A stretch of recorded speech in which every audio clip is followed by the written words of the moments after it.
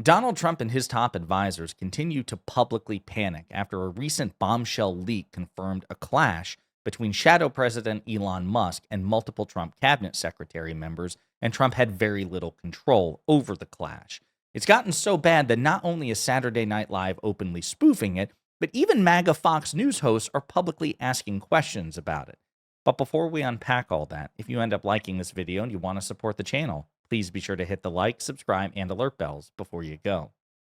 All right, friends, we have several clips to talk about in this video and some things to look at. But again, just to set the stage, I suppose I'll go with the initial article. The New York Times by Maggie Haberman and Jonathan Swan.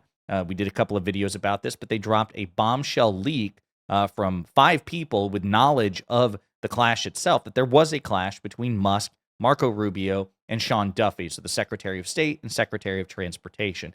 It's all over the place. As a matter of fact, it's trending on The Hill, it's trending on Twitter and other places.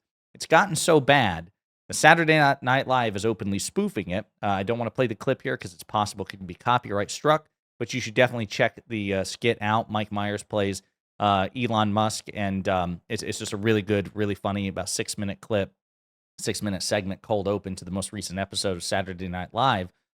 Really, really funny, but it's exposing and spoofing the clash between Rubio and Musk. You're talking about 2 very different wings of the Trump coalition. And again, it's so bad that even Trump continues to publicly panic about this. I'm going to play some clips to remind you. But he went on Twitter last night saying, Elon and Marco have a good relationship, a great relationship. Any statement other than that is fake news.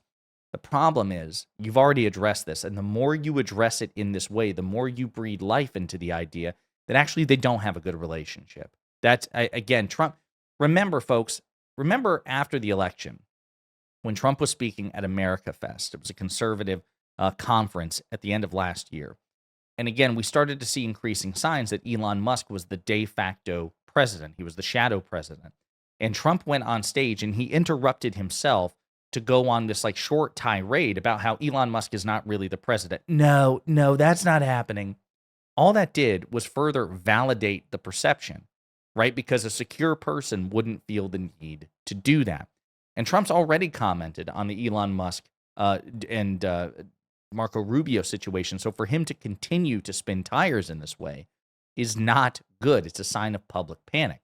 And we also talked about this, but I've got, just again as a reminder, during a recent Oval Office meeting about the World Cup, Trump took questions from reporters, and he was asked about that clash, and this is how Trump responded. Some details have come out about your cabinet meeting with Elon Musk and some clashes potentially between Secretary Rubio and Secretary. No clash. I was there. You're just a troublemaker. And you're not supposed to be asking that question because we're talking about the World Cup. Elon gets along great with Marco, and they're both doing a fantastic job. There is no clash. So again, he continues to be triggered by questions about this, right? I mean, just, you're not supposed to ask questions about that. So much for free speech. They're allowed to ask whatever questions they want. Why are you so insecure about this? And then he proceeds to personally attack the reporter. Mr. President, bottom line. Who are you with? Who are you with? NBC. Oh, no wonder. That's enough. Who NBC. has more authority, Elon Musk or your cabinet secretary? Any other questions?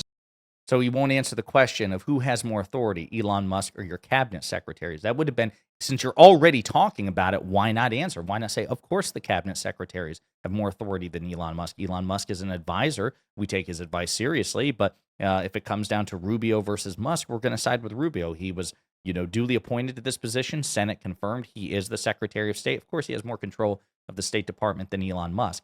But Trump has been so intimidated from actually putting Elon Musk in his place in public.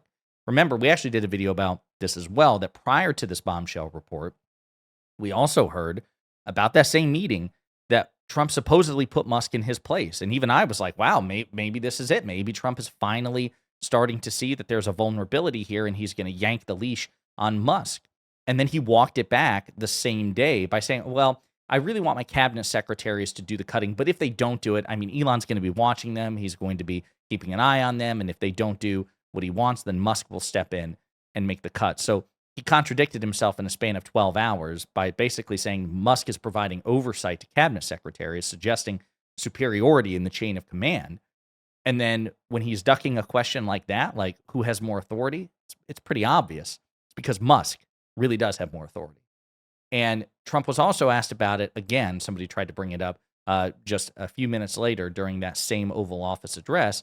And this is how Trump handled it. Johnny, very Thank much. you so much. Congratulations. Thank you. President, Thank you. wanted to Thank you. follow up on the cabinet meeting, University. sir. Just on the cabinet meeting, you said Musk will play an advisory role. Doge will play. We're talking about FIFA. Thank you very about the much. World Cup, Mr. President. You're having. And So again, he won't even answer questions about Musk from a different reporter. It's so funny. Elon's a very unique guy. He won't answer questions about whether Elon needs to be reined in. There's a clear, visible, palpable insecurity on this topic, which should freak all of us out, quite frankly. Again, as I've said before, Donald Trump, I think he's an idiot. I think he's an authoritarian threat to democracy, but at least he was elected. Donald Trump went through the campaign process. We knew what we were getting into, at least those of us paying attention, and there's some degree of comfort in that, right? Elon Musk was not elected. He was not Senate confirmed. There's less oversight of him in so many ways than Trump himself. That is a problem. And I mentioned in the beginning that even Fox News hosts were talking about this. So again, probably as a form of damage control, but Laura Ingraham asked Donald Trump's Commerce Secretary, Howard Lutnick, about this.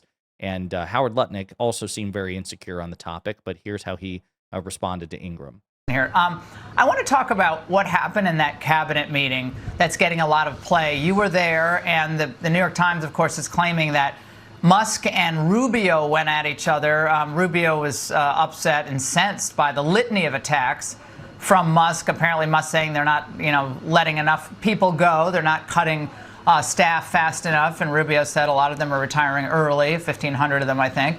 But what's going on there? Is there some tension in the love paradise? Well, first off, the New York Times wasn't in the room, so it's pretty interesting that they say they know exactly what's going on in the room when they, of course, weren't there. Well, again, that's a dumb response because the New York Times is basing their reporting on 5 people with knowledge of the information, 5 sources. Now, you can say the source is wrong, the source is lying, or whatever. The New York Times wasn't claiming to be in the room at the time, so it's a really stupid point from a profoundly stupid and dishonest person. We'll continue. Look, these people, this cabinet is one. They are together and they are one, right? Donald Trump came into the room and he said, look, I want to support Elon. We want to cut, but we want to cut like a scalpel. And, as Elon Musk likes to say, he is maniacally focused. What makes him one of the greatest businessmen ever to walk on American soil is that he is so focused on outcomes. And he was just going to push all the secretaries, as he has from the beginning. Let's get things done. Let's get things moving.